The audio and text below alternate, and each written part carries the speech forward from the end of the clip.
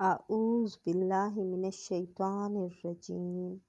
بسم اللہ الرحمن الرحیم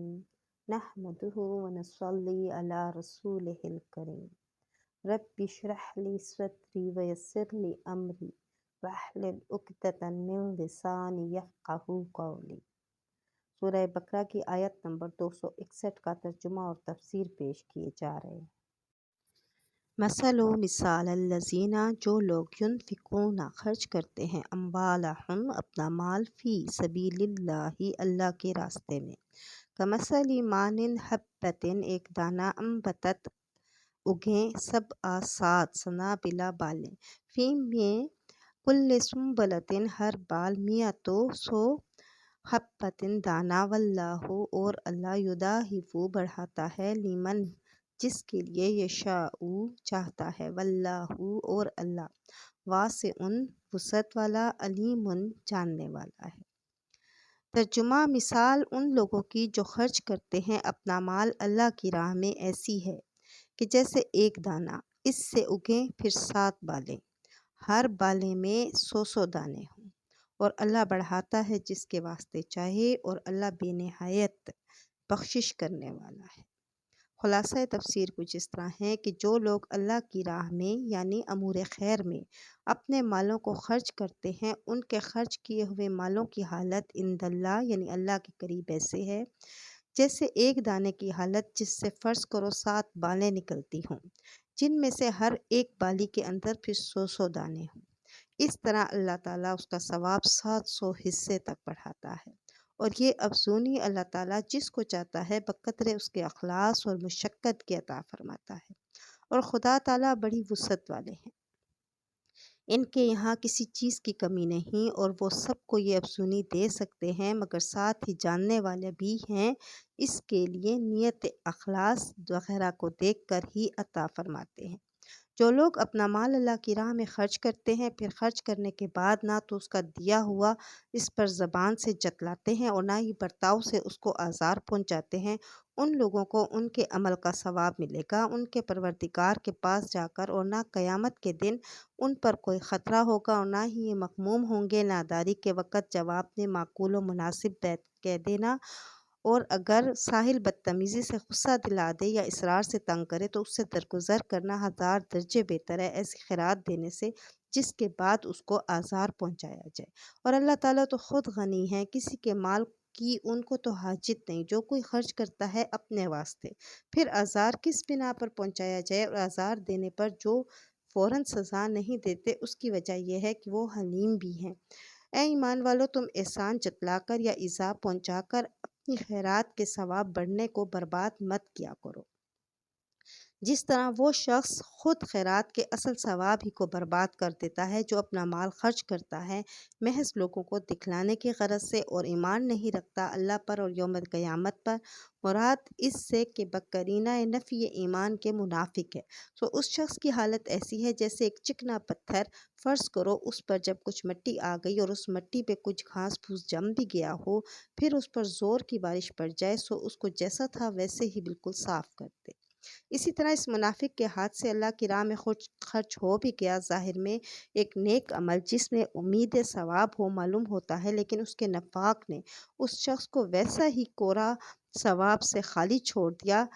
چنانچہ قیامت میں ایسے لوگوں کو اپنی کمائی ذرا بھی ہاتھ نہ لگے گی، کیونکہ کمائی نیک عمل ہے اور اس کا ہاتھ لگنا ثواب کا ملنا ہے، اور ثواب ملنے کی شرط ایمان اور اخلاص ہے، اور ان لوگوں میں یہ مفقود ہے کیونکہ ریاکار بھی ہیں اور یہ کافر بھی ہیں، اور اللہ تعالیٰ کافر لوگوں کو قیامت کے روز ثواب کے گھر یعنی جنت کا راستہ نہ بتلائیں گے، کیونکہ کفر کی وجہ سے ان کا کوئی عمل مقبول نہیں ہوا، جس کا ثواب آخرت میں ذخیرہ ہوتا اور وہاں حاضر ہو کر اس کے صلے میں جنت میں پہنچائے جاتے۔ اور ان لوگوں کے خرچ کیے ہوئے مال کی حالت جو اپنے مالوں کو خرچ کرتے ہیں اللہ تعالیٰ کی رضا جوئی کی غرض سے، جو کہ خاص اس عمل سے ہوگی، اور اس غرض سے کہ اپنے نفسوں کو اس عمل شاق کا خوگر بنا کر ان میں پختگی پیدا کریں تاکہ دوسرے اعمال صالحہ سہولت سے پیدا ہوا کریں۔ بس ان لوگوں کے نفقات اور صدقات کی حالت مثل حالت ایک باغ کے ہے جو کسی ٹیلے پر ہو کہ اس جگہ کی ہوا لطیف و بارآور ہوتی ہے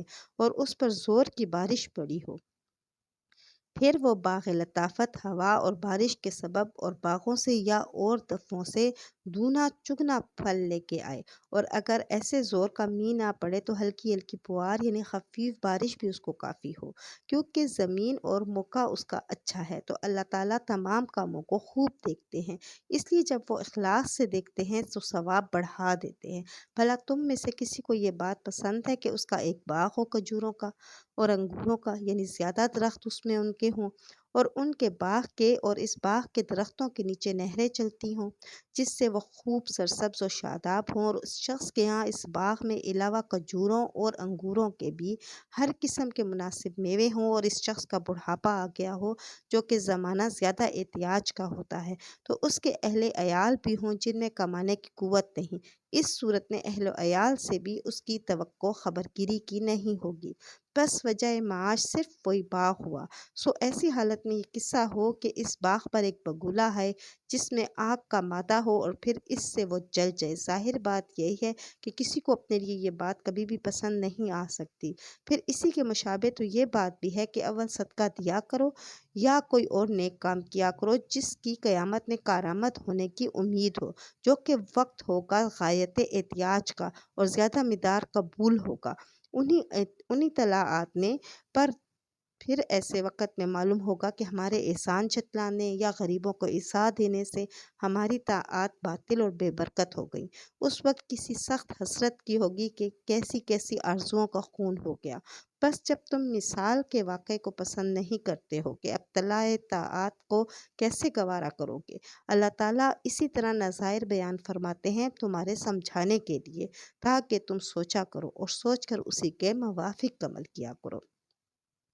معارف و مسائل اس طرح سے ہے کہ یہ سورہ بقرہ کا 36واں رکوع ہے جو کہ آیت نمبر 261 سے شروع ہوتا ہے۔ اب سورہ بقرہ کی 5 رکوع باقی ہیں جن میں آخری رکوع میں تو کلیات اور اہم اصولی چیزوں کا بیان ہے۔ اس سے پہلے 4 رکوع میں آیت نمبر 261 سے 283 تک کل 33 آیات ہیں جن میں مالیات سے متعلق خاص ہدایات اور ایسے ارشادات ہیں کہ اگر دنیا آج ان پر پوری طرح عامل ہو جائے تو معاشی نظام کا وہ مسئلہ خود بخود حل ہو جائے جس میں آج کی دنیا چار سو بھٹک رہی ہے۔ کہیں سرمایہ داری کا نظام ہے تو کہیں اس کا رد عمل اشتراکیت و اشتمالیت کا نظام ہے، اور ان نظاموں کے باہمی ٹکراؤ نے دنیا کو قتل و قتال اور جنگ و جدال کا ایک جہنم بنا رکھا ہے۔ ان آیات میں اسلام کی معاشی نظام کے ایک اہم پہلو کا بیان ہے جس کے 2 حصے ہیں۔ نمبر 1، اپنی ضرورت سے زائد مال کو اللہ کی رضا کے لیے حاجت مند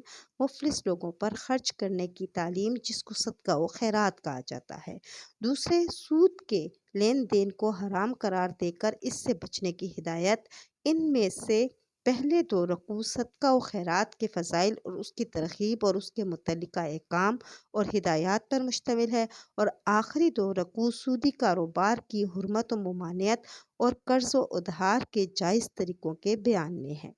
جو آیات اوپر لکھی گئی ہیں ان میں اول اللہ کی راہ میں خرچ کرنے کے فضائل بیان فرمائے گئے ہیں، اور اس کے بعد ایسی شرائط کا بیان ہے جس کے ذریعے صدقہ و خیرات اللہ تعالیٰ کے نزدیک قابل قبول اور موجب ثواب بن جائے۔ پھر ایسی چیزوں کا بیان ہے جو انسان کے صدقہ و خیرات کو برباد کر کے نیکی برباد اور گناہ لازم کا مصداق بن جاتی ہیں۔ اس کے بعد 2 مثالیں بیان کی گئی ہیں، ایک ان نفقات اور صدقات کی جو اللہ کے نزدیک مقبول ہوئی، دوسری ان نفقات و صدقات کی جو غیر مقبول اور فاسد ہے۔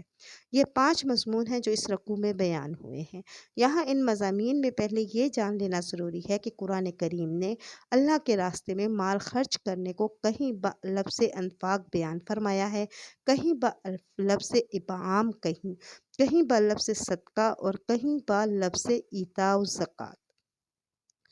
ان الفاظ قرآنی اور ان کی جگہ جگہ استعمال پر نظر کرنے سے معلوم ہوتا ہے کہ لفظ انفاق، اطعام، صدقہ عام ہے، جو ہر قسم کے صدقہ و خیرات اور رضائے الہی حاصل کرنے کے لیے ہر قسم کے خرچے پر حاوی ہیں، خواہ فرض و واجب ہو یا نفلی اور مستحب ہو۔ اور زکوٰۃ فرض کے لیے قرآن نے ایک ممتاز لفظ ایتاء زکوٰۃ استعمال فرمایا ہے، جس میں اس طرف اشارہ ہے کہ اس خاص صدقے کے لیے حاصل کرنے اور خرچ کرنے دونوں میں کچھ خصوصیات ہیں۔ اس رکوع میں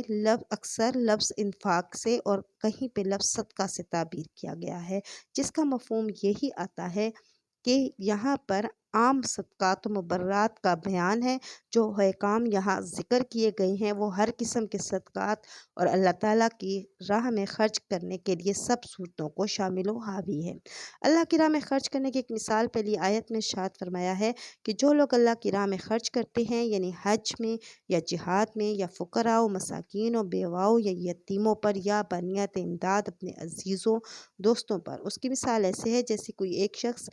ایک دانہ گیہوں کا عمدہ زمین میں بوئے، اس دانے سے گیہوں کا ایک پودا نکلے، اس میں سے 7 خوشے گیہوں کے پیدا ہوں اور ہر خوشے میں 100 دانے ہوں، جس کا نتیجہ یہ نکلے گا کہ ایک دانے سے 700 دانے حاصل ہوں گے۔ مطلب یہ ہوا کہ اللہ کی راہ میں خرچ کرنے والے کا اجر و ثواب 1 سے لے کر 700 تک پہنچتا ہے۔ ایک خرچ کیا کا ایک یعنی پیسہ خرچ کرے گا تو 700 پیسوں کا ثواب حاصل کرے گا۔ صحیح اور معتبر حدیث میں ہے کہ ایک نیکی کا ثواب اس کا 10 گنا ملتا ہے اور 700 گنے تک پہنچ سکتا ہے۔ حضرت عبداللہ بن عباس رضی اللہ تعالیٰ عنہ نے فرمایا کہ جہاد اور حج میں 1 درہم خرچ کرنے کا ثواب 700 درہم کے برابر ہے۔ یہی روایت ابن کثیر نے بحوالہ مسند احمد بیان کی ہے۔ الغرض اس آیت نے بتایا ہے کہ اللہ کی راہ میں 1 روپیہ خرچ کرنے کا ثواب 700 روپے کے برابر ملتا ہے۔ قبولیت صدقات کی مثبت شرائط، لیکن قرآن کریم نے ان مضمون کی بجائے مختصر اور صاف لفظوں میں بیان کر کے دانہ گندم کی مثال کی صورت میں بیان فرما دیا، جس میں اس بات کی طرف اشارہ ہے کہ جس طرح کاشتکار ایک دانہ گندم سے 700 دانے اسی وقت حاصل کر سکتا ہے جبکہ یہ دانہ عمدہ ہو، خراب نہ ہو، اور دانہ ڈالنے والا کاشتکار بھی کاشتکاری کے فن سے پوری طرح واقف ہو اور جس زمین میں ڈالے وہ بھی عمدہ زمین ہو، کیونکہ ان میں سے اگر ایک چیز بھی کم ہو گئی تو یا تو یہ دانہ ضائع ہو جائے گا، ایک دانہ بھی نہیں نکلے گا، یا پھر ایسا باور نہیں ہوگا کہ ایک دانے سے 700 دانے بن جائے۔ اس طرح عام صالح اور خصوصاً انفاق کے فی سبیل اللہ کی مقبولیت اور زیادتی اجر کے لیے یہی 3 شرطیں ہیں کہ جو مال اللہ کی راہ میں خرچ کرے وہ پاک اور حلال ہو، کیونکہ حدیث میں اللہ پاک حلال مال کے سوا کسی چیز کو قبول نہیں فرماتے۔ دوسرا، خرچ کرنے والا بھی نیک نیت اور صالح ہو، بدنیتی یا نمود و نام و نمود کے لیے خرچ کرنے والا اس ناواقف کاشتکار کی طرح ہے جو دانہ کسی ایسی جگہ پہ ڈال دے جو ضائع ہو جائے۔ تیسرا، جس پر خرچ کرے وہ بھی صدقے کا مستحق ہو، کسی نااہل پر خرچ کر کے ضائع نہ کرے۔ اس طرح اس مثال سے اللہ کی راہ میں خرچ کرنے کی بہت بڑی فضیلت معلوم ہو گئی، اور ساتھ ہی اس کے 3 شرطیں بھی ہیں کہ مال حلال سے خرچ کرے، خرچ کرنے کا طریقہ بھی سنت کے مطابق ہو، اور مستحقین کو تلاش کر کے ان پر خرچ کرے۔ محض جیب سے نکال ڈالنے سے یہ فضیلت حاصل نہیں ہوتی۔